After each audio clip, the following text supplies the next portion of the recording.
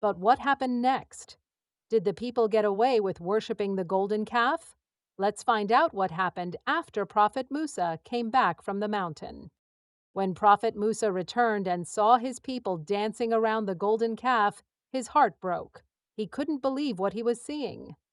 The tablets with Allah's commandments felt heavy in his hands. Prophet Musa was so upset that he put down the tablets. He asked his brother Harun, "How could you let this happen?" But the people knew they had made a terrible mistake. The golden calf was destroyed. It was melted down and thrown into the sea. The people realized that worshiping the golden calf was a huge sin against Allah. Many people felt deep regret and sadness. They understood they had disobeyed Allah and His Prophet. Their hearts were filled with shame for what they had done. But here's the beautiful part. The people asked Allah for forgiveness.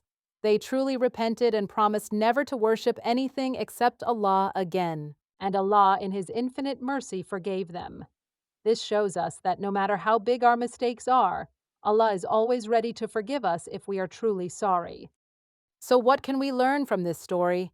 First, we must always stay faithful to Allah even when things are difficult or when we're waiting for something. Second, we learn that making mistakes is human, but asking for forgiveness is what makes us better. Allah loves those who repent and turn back to Him. Remember, kids, just like the people of Prophet Musa learned their lesson, we too should always worship only Allah, be patient, and never be afraid to say sorry when we make mistakes. Allah is the most forgiving and most merciful.